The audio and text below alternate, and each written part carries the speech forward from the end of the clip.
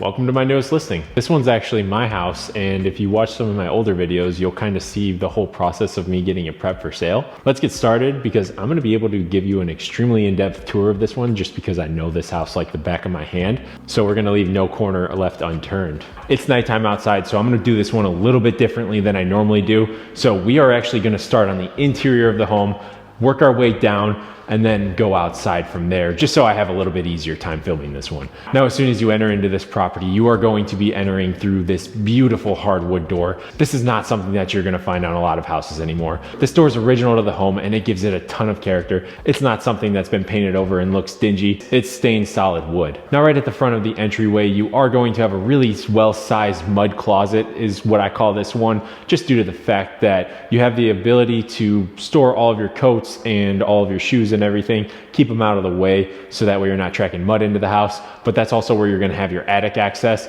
and the attic realistically is only good for storage. You can't stand up in there. There's no chance of refinishing that in the future. So this home is a true raised ranch. Now, this house is listed right at $300,000. It's just over 1,100 square feet with a bonus 600 square feet finished downstairs, and it's got 3 bedrooms and 2 full bathrooms. Now, you're not really gonna see that mud closet that I mentioned on the entry. What you're really gonna have your eye drawn towards is going to be the main focal point behind me, which is going to be this beautiful fireplace. You've got a floor to ceiling white brick surround, and it just accentuates this room because we've got the vaulted ceilings all throughout, and it's an open floor plan in here. So it's really the perfect living space. You cannot go wrong with this one. Now, the floors that flow throughout this first floor are going to be a lighter wood color laminate floor, and it gives it that really warm feeling, unlike some of the grays that you're seeing in a lot of these houses nowadays. As you flow further into the room, you are going to be greeted with the kitchen, and the kitchen is just absolutely massive.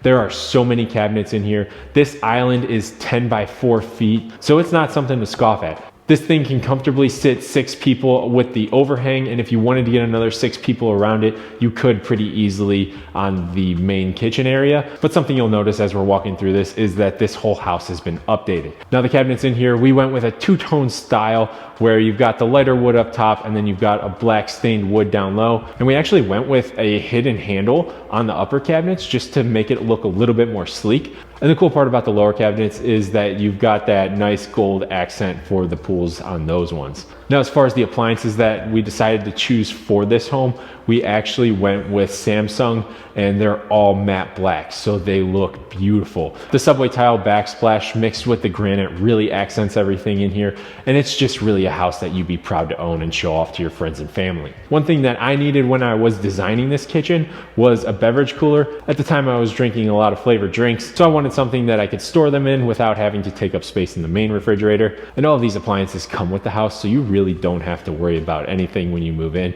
And we've also got you set up with a first floor laundry in the bathroom, but we'll get to that in a little bit. Another thing that you're gonna find in this kitchen area is going to be a pantry. Now, I'm not really a huge fan of keeping my appliances out on the counter. So when I built this pantry, I added in an extra outlet in there, so that way you do not have to worry about placing your microwave on the countertop. You can just slide it in there and keep it hidden. And also you don't have to worry about cleaning it super often either. Something else that I put a lot of thought into when I was making all of the renovations, I ended up going with recessed lighting all throughout this area. And in here, you can get it extremely bright. I've got 14 recessed lights on the ceiling, and they're all dimmable, so if you need to knock the light down, you can definitely do so. I'm one of those people who sometimes like to feel like they're in a hospital and just have everything lit. Now, as we start to work our way out of this main living area, we've got a hallway that leads to the bedrooms and one of the bathrooms.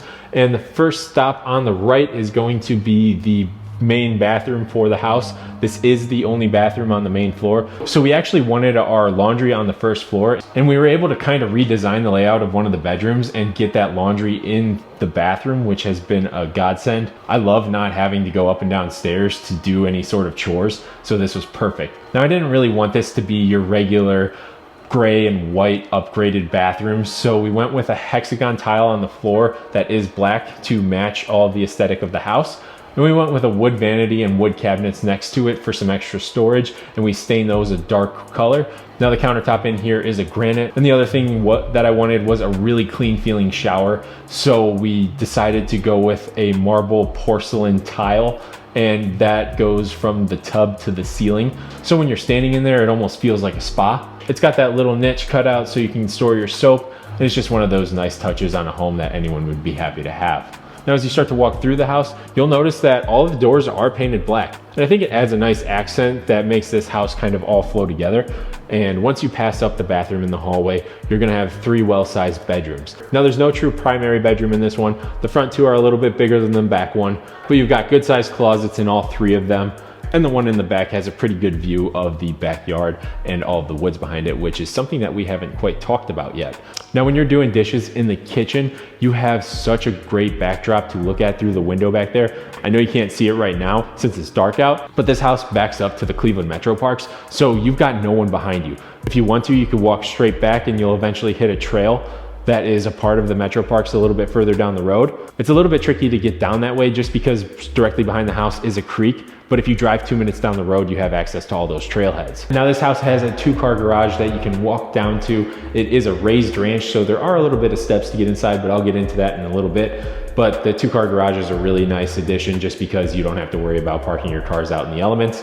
But attached to that is actually this large room down in the basement, and it's got really high ceilings. I think they're 9-foot ceilings. And when we were doing this renovation, I decided to actually turn it into an in-law suite.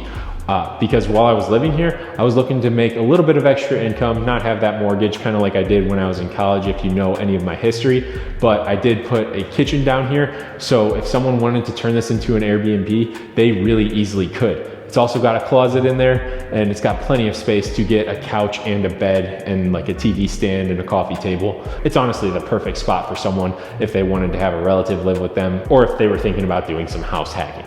Now, I took a little bit of a different approach as far as the bathroom goes down here. I made this one kind of one of those cookie cutter upgrades where it's a fully white interior, it's a drop-in shower, and these showers actually got plenty of storage for soaps and everything. So it's a nice feeling shower, but this area is kind of bland if I do say so myself, but boy does it feel clean in here.